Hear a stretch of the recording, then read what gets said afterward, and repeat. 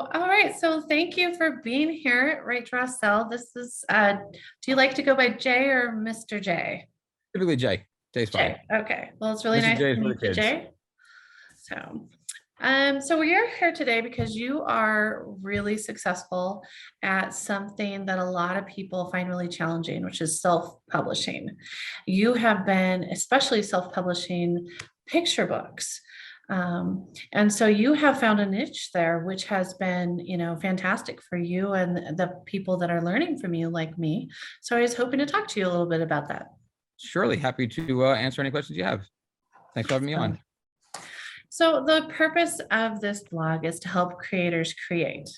And so can you talk some of our readers and listeners here about talk to them, like kind of walk them through how you went from traditional publishing, because I believe you did that first, right? I did. Traditional publishing to switching to self-publishing and what that route was to find success. Sure. So, when I did my traditional publishing, I was in a fortunate position that the publishers really came to me. I didn't have to go through the whole process of sending out manuscripts to agents or whatever else. This is back in the day when I was in marketing and agencies were switching over from drafting tables onto computers. Photoshop was a brand new thing. No one had really heard of it. I started using it, and for whatever reason, I just became very good at it. And people started to know who I was based on that. So I had a publisher, Prentice Hall, reach out to me and say, hey, would you be interested in writing a book on how to use Photoshop? So that was my first traditionally published book. And then I moved on to 11 more that were more based on advertising, marketing, brand building, those sort of things. But I got a real good idea of how the traditional publishing industry worked because I was deeply involved with them for years. And it was great. It was a great experience. At some point though, you start writing, you're writing these 300-400 page books that are basically, no longer relevant 6 months after they're published because time moves on and technology's changed. And I decided I just didn't have any more of those in me. It was a lot of work. I didn't really enjoy it after a little while. I wrote 12 like that, and it was a lot. So I took a bit of a break, but I still always had writing in me. I always loved to write. But then I had my daughter, and I started reading her books every night before bed, and I started coming up with my own stories. And one day I started my own story onto paper. And long story short, I ended up getting a contract with Scholastic. And I was just about to sign with Scholastic, and I started doing the math in my head, and I realized, I could get 45 cents per book with Scholastic, or I could do it on my own and get $4.50 per book. And that sounded like a lot better of an idea to me. And I realized I'd rather be the publisher than just be the author. So I said, thank you, but no, thank you. And recognized that I would do better as a self-publisher. So I went that route. And since then, I have published 10 more children's books. That first one that I did went on to sell 140,000 copies. I've had other ones that have sold deep into the 50,000 copy range. So it's been a good run so far. That's fantastic. So what steps did you take to do that? What steps logistically did you do to get that started? Well, I think when I first started, I didn't really know a lot about self-publishing. And so I had to do a lot of reading. And research means actually doing research, reading through Nielsen reports, reading through BookScan reports, reading Publishers Weekly, and whatever other publishing cases are out there, not just going on Facebook and asking a general question of how do I publish a book, where you're really asking 20, 40,000 people who've never actually published a book successfully, right, and who still are not very shy about giving their opinions.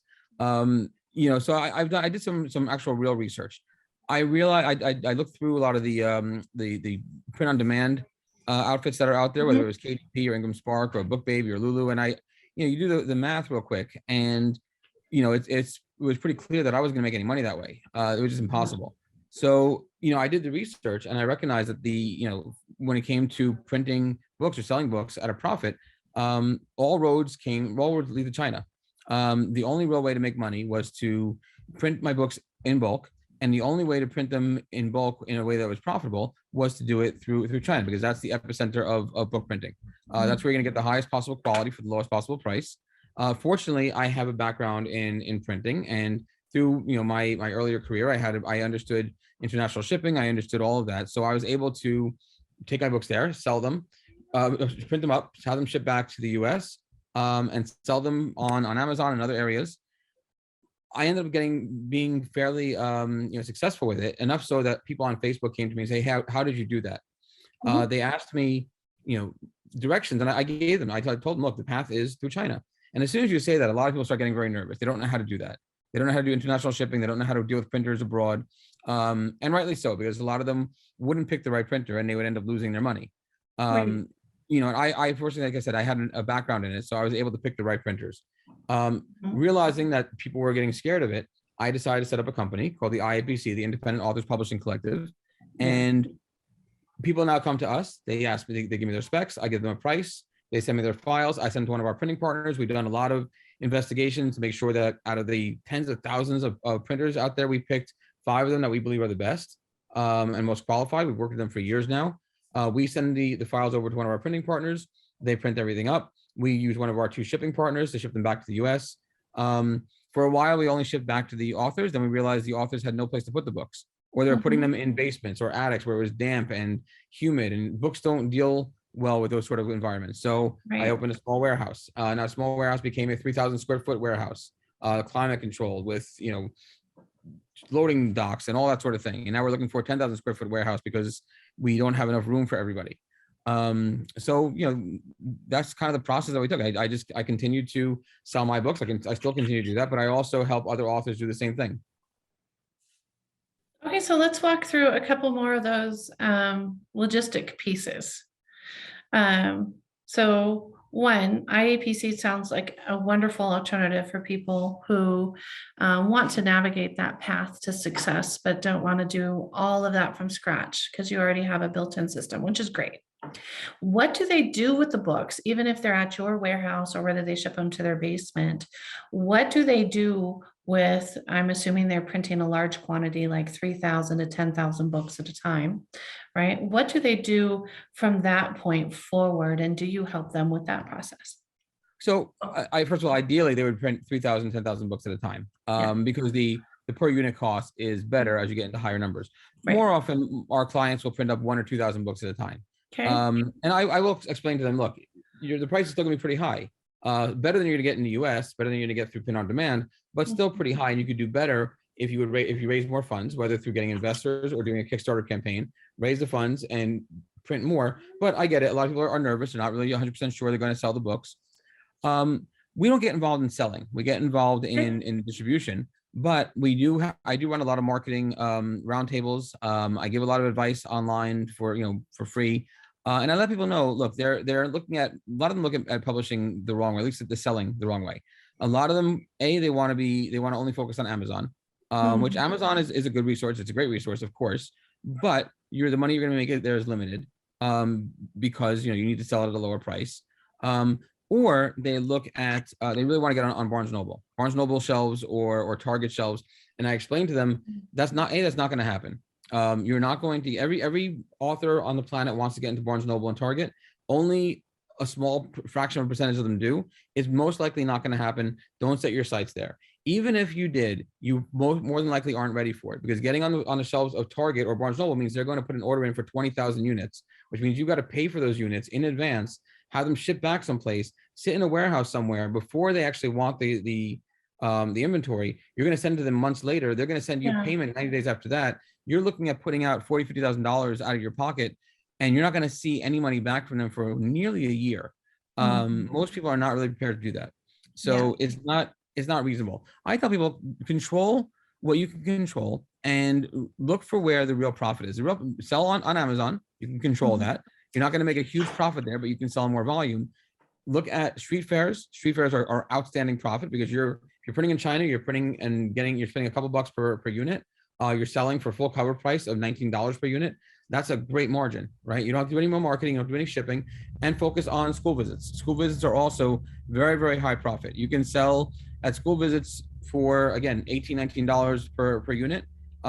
You spend 2 hours at a school reading your book, just talking about it. You walk away selling 80, 90 books. You're selling a couple $1,000s worth of inventory for a couple hours worth of work. It's the best way to pull out a really big profit. Don't worry so much about the big bookstores or Amazon as much. Worry about the things that you can control where the profit is the highest. Anyone can sell 1,000 books. It's not that hard to do. Okay. So you've been at Target. I And have. you've I'm in done Target. it. My books are in Target now. My books are in Barnes and Noble now. It was not an easy road. My road started off with 3 years of selling very heavy on Amazon, Mhm. using using the those heavy sales to get a wholesaler interested, a wholesaler who has connections Mhm. to the Barnes and Noble and the Target buyers, and then they sold through. And again, I've been hit with orders for 17, 20,000 units, but I'm well funded enough. I've got investors that I can go and I can spend the money to get 20,000 units. And if Barnes Noble or Target changes their mind, that's okay. I'll still sell the book somewhere else. Most people are not in that position to print up Right. 20,000 Yeah. units as a gamble. So that's why it's not really a path that most people really should be taking until they're really ready for it, or they're really definitely risk takers. But keeping it on a lower scale, like you suggested, is completely doable. Absolutely. I mean, even if you do 5,000 units, you can sell 5,000 units at book fairs, festivals, and schools. I rarely ever walk out of a school visit without selling at least 100 books. You do that a few times a month, and that right there is a bunch of units. And the profit is so amazing that you don't have to sell that many units to make all your money back. Plus, you still have inventory left over. Selling at a book festival or a street fair, that's going to cost you. Street fair is going to cost you $75. You're going to be there on all day on Saturday. You should be able to sell 150 or more units. That shouldn't be too difficult to do. Yeah. So what would you say your average monthly take-home pay is after all expenses, taking into account the cost of printing the book, shipping the book, storing the book, shipping it out afterwards? What would you say your overall profit monthly would be? Not as maybe a whole, but as, for a book. Well, sure. So I can still give it to you as a whole, because it really would make a Okay. difference which way you look at it. And we can totally walk through it. And I would Yeah. advise everybody to recognize that if you're going to go this route, you're not just an author, but you have to be a reasonable and responsible CEO of a publishing company, which means understanding your numbers as best as you can. A lot of people want to forget the number part of it, and they just want to get the story out. Mhm. But you can't do that. That's a recipe for disaster, right? You need to know your numbers Yeah. first. So I look at my numbers right now, and looking at my dashboard, I've done about $40,000 in revenue off of Amazon. Now I work on a platform that most people don't have access to, which is called Vendor Central. Vendor Central is an invite-only platform for high volume sellers, and I'm on that because I sell through a wholesaler who's a very high volume seller. Mhm. And again, you get there. That's step two. Step one is sell the books on your own as best as you can. Mhm. Okay, we'll do about $40,000 this month through the wholesaler, right? Most of that is through Amazon. That means that we're getting 50% of the, we're at $40,000, 50% of the cover price. So our cover prices are $17.95. We're making $8.97 times however many books. I think that's like 4,000 books, whatever it is. Mhm. So 4,000 books. Let's just call it that. It's probably a little more than that. 4,500. Let's call it 4,000, just for sake of argument. 4,000 books. We're making 40 grand. It's costing me, let's say, $2 per unit because I print in such high volumes, right? So Mhm. that's 8. So out of the 40,000, the wholesaler takes 20%. Okay, they get their fee plus storage, plus shipments, plus plus postage, plus pick and pack, and all that kind of stuff. It comes out to about 20%. So 40,000 means $8,000 goes into their pocket. That leaves me with $32,000 left. I've printed, let's say that's 4,500 units times $2 each. That's $9,000. So $32,000 minus 9,000 brings me down to 23,000. I'll spend $10,000 a month in advertising. That's 13,000. So I walk away with $13,000. Every month, That's this month. That's last month. Months before that was a little bit average. less Yeah. on average. I mean, moving into January, February, March, April, a little bit lower. But then starting in August, these numbers will go up by 25, 30%. Because August through December, that's when we sell books. We don't really sell books the beginning part of the year. Well, I We think do, that we sell that them, but not as high volume. no, $13,000 is what some people don't make through the life of their book. So being able to work up to being able to do that at a monthly basis is significant. So I guess you're going to be able to afford that 10,000 square foot warehouse soon. So Well, yeah, I mean that's obviously that's a different part of the company, but yeah, we're already in the market for that. that's great. The thing is that it's also very beneficial Mhm. to it's beneficial to print in as high volume as possible, because you want that larger profit margin, right? It's also beneficial to invest in more titles. I've seen that my sales have gone up significantly as I've increased more titles. Like for example, when I used to go to a street fair, I would sell maybe 40 units on a street fair when I had one book to sell, right? Now that I got, once I had like 5 books to sell, 5 titles, I was selling 100 units, right? Now I've got 10 titles. I can easily go into a street fair and sell 200, 250 units at a time, because people will buy 2 or 3 books at a time. I go to a school and I offer them all 10 titles, and kids walk out with 6 or 7 titles at a time. Whereas if I only had one title to offer them, they're only walking out with one. Right. So it's a big difference. Yeah. Putting that together, that makes a lot of sense. So let's talk about printing those in bulk. All right. So a lot of people would love to buy books in bulk, but they don't have the money for it. You mentioned earlier that there's some crowdfunding that people do, or investors. Can you walk through what crowdfunding for a book would look like to someone who's not familiar with that? Sure. So most people use Kickstarter. The Kickstarter will tell you that they are not a marketplace. And I'm sure they're probably doing that for some sort of legal reason. But the fact of the matter is they are a marketplace. The only difference is that you are selling your book in advance before it's printed, rather than after the fact. And you can sell it for more, because people are backing your book because they want to see it come to fruition. You're showcasing your book. Here's what you're trying to write. Here's what you want to put out there. Here's why. Here are the characters. Here's why it's going to be important, and why kids are going to love it, why you're going to love it, whatever. And people want to see that book being printed, so they're going to be happy to back your project. An $18 book, you might get $25 for it just because you signed it. So you're going to say, hey, pack me up, give me $25. When we make our money, we print the book, we're going to send you a signed copy of it. So now instead of getting $18 for your book, you're getting $25. That's even better, right? The margins on Kickstarter are outstanding. You just have to make sure that you look through Kickstarter and look at the campaigns that are already out there and follow the ones that have been successful. And I'll show you which ones have been successful, which ones haven't been. Get a coach. We recommend this woman named Yobi Q. She's amazing at Kickstarter. She helps a lot of people get over the finish line. She does a great job. So, Kickstarter is a great way to raise funds. I'm also a big fan of getting investors. Put together a pitch deck. Let an investor know that you are starting your publishing company. Let them know what kind of books you'll be publishing, what the outlook is in terms of how many books you plan on publishing per year, how much money you plan on making, how you plan on selling them. Maybe you don't have to sell them you don't have to sell a lot. Sell 1% of your company for $2,000. You can absolutely find friends of friends of friends and uncles of cousins of friends who have $2,000 to gamble on a small publishing company that they might believe in. It's not that hard to sell 5% of a company and raise 10 grand, but you have to be a salesperson. You got to be willing to tell everybody you see him. And I remember I didn't sell to the guy, but I remember I had dinner one night at a sushi restaurant that I would go to pretty often, and I was talking to the owner, and he's we're just chatting, and I said, oh, by the way, I'm starting this publishing company, not sure if you'd be interested in seeing a pitch deck on it. And he was, and I showed it to him.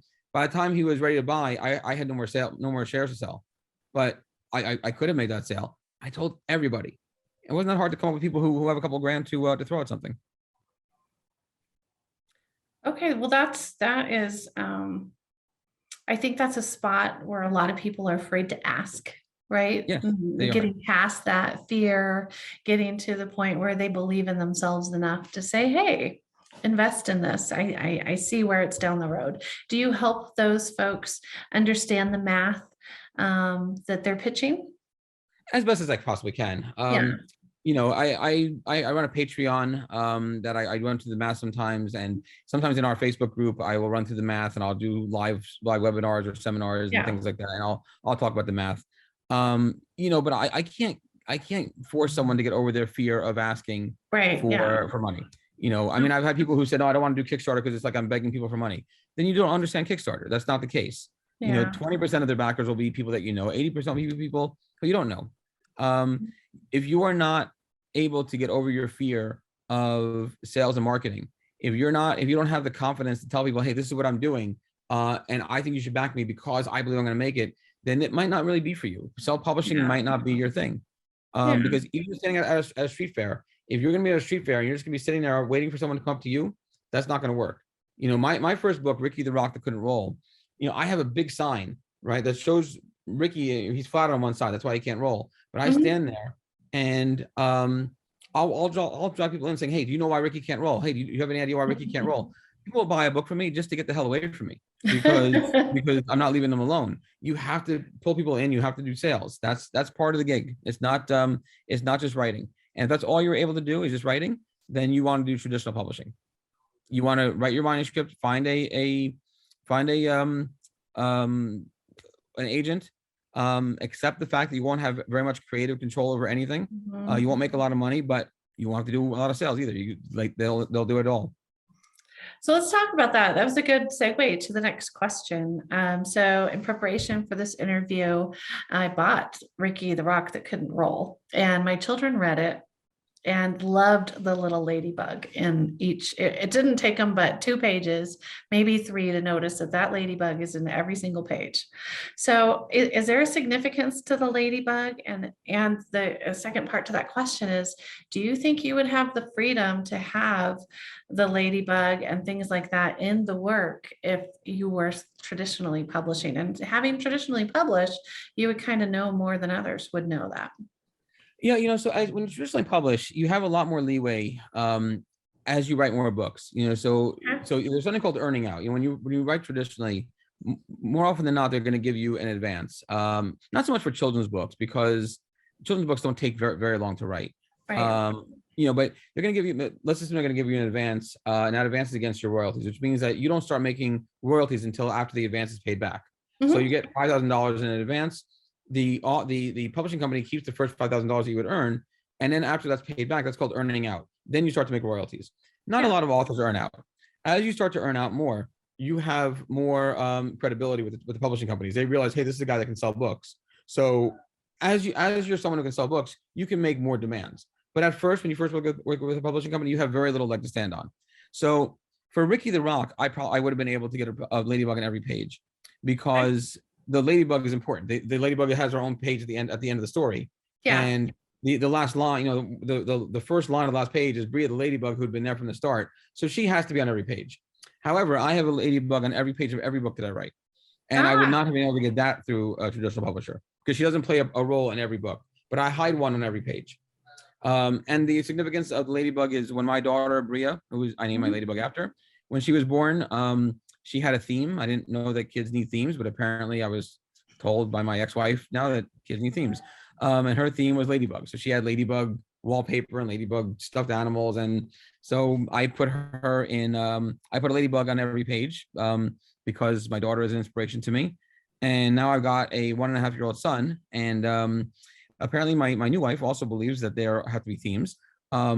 So his theme was frogs, and now there's a frog hidden on every page of my every new book. So now they're both there. That's great. That's great. A tribute to both of them. And you're Exactly. able to have the ability to do that, which is fantastic. Yeah, So it's nice to have the creative freedom. so I have a few more questions. I'm going to pick just a few. We might not get to all of them. Sure. But so you write, right? A lot of writers, so I write and illustrate, other people write and illustrate. But if you're not a professional illustrator and you're an author, do you use one illustrator or many illustrators? How do you find that illustrators? And what would you say to somebody who's, say, brother is a great illustrator and they want to write a book in tandem with their and help their sibling or their cousin or their friend who can illustrate and pitch that book? What would you say to that? First of all, I would say that I hate that. I hate everything about that idea. Um, Most likely your brother or your cousin or your uncle is not that great of an illustrator. Mm. Maybe they are. First of all, people don't recognize there's a difference between being good at drawing and being able to illustrate a book. Being good at drawing means you can draw something well, right? Being a good book illustrator means that you can take the same character and use him in different from page to page to page with different expressions in different moods and different poses and make it very clear what character that is. You have an idea of the lighting, of the shadows, of the perspective. I mean, there's a lot more that goes to it. You recognize that there has to be some areas where the copy has to be placed. And how that copy works in conjunction with the rest of the Mhm. pictures. They need to be able to interpret your manuscript in a way that you may not have thought about. So I like working with professional illustrators, not people who just can draw. Definitely do not use Fiverr. Fiverr, I see people telling me that they're getting their illustrator off of Fiverr, and I just cringe. Yeah. And they'll say, "Oh, I found the one illustrator on Fiverr that's really good," and they send me their illustration. I'm like, "No, this sucks. This really genuinely sucks. Stop using this. Stop fooling yourself into thinking this is good when it's not." Right? This is not subjective. There is a level of art that people will buy and a level of art that people will not buy. And I have yet to see a good Fiverr artist that people will actually buy in mass. I find my illustrators, I find them on Instagram. I find them on Facebook. Mhm. I'll find an illustrator who has posted a picture that they created or a character they created. I'm like, you know what? I like that style. And I'll keep a long list of different illustrators, their names, where I can find them, their style, their mood. So when I have something that might require that certain mood, I'll go back to that illustrator. I don't like illustrators that when someone on Facebook says, "Hey, I need an illustrator," you see 100 illustrators all pouncing on that like vultures. Well, there's 100 illustrators that I'm probably not going to work with. I want an illustrator who's in demand, not an illustrator that is begging for work. The ones that are in demand are the ones that know what they're doing. I have a lot. I use a few different illustrators. For the Bear and the Fern, I wanted something that was a darker, deeper, more emotion filled story. So I wanted an illustrator that could kind of emulate that. So I hired this woman, Mary Manning, who does those kind of like illustrations. For Patrick Picklebottom, it's a much lighter, happier, colorful feel. And Gary Wilkinson works beautifully in color. And so I hired him for that. So I've got some illustrators that do a great job with human characters, some that do a better job with non-human characters. So it depends on what I'm looking for, what the story really requires. Okay, great. Thank you. All right. So I'm going to close this up with, I'm going to merge two questions into one. Sure. If you were talking to a young person, i.e. a teenager or a young adult, what would be your top 3 pro tips for them and your top 3 definitely don't do for them? Okay. So I would say as far as the top 3 pro tips, and these might be kind of like do and don't do at the same time. Mhm. For whatever reason, and because this is book writing, right? Mhm. There's a stronger emotional connection to your story. Most of the time, especially with children's books, people write a story that is very personal to them, right? And they write it in a way that's very personal to them, right?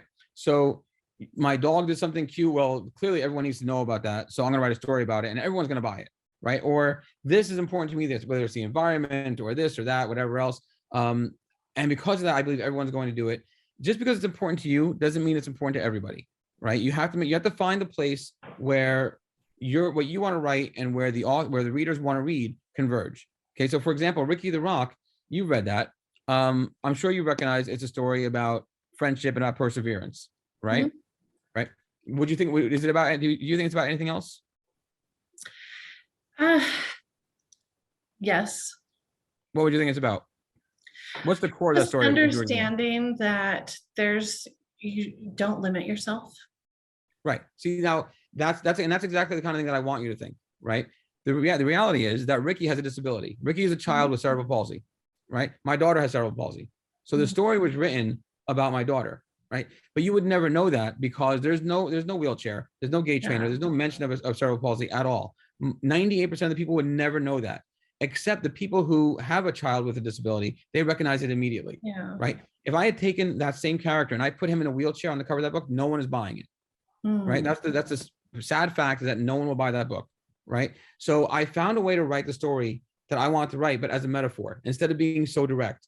It's a story that I want to write, but I had to find a way to write it in a way that people want to read it, right? So recognize where that intersection is, and that's gonna be the first thing I'm gonna say to you. And at the same time, a second part of that is, don't be so emotionally connected to your story that you want to race to get it out there and you want to jump over the part where you're learning the actual business and the industry and the business of doing business, right? Everyone has a story to tell, so you want to get it out there as fast as possible. But if you were manufacturing toasters, you wouldn't do that.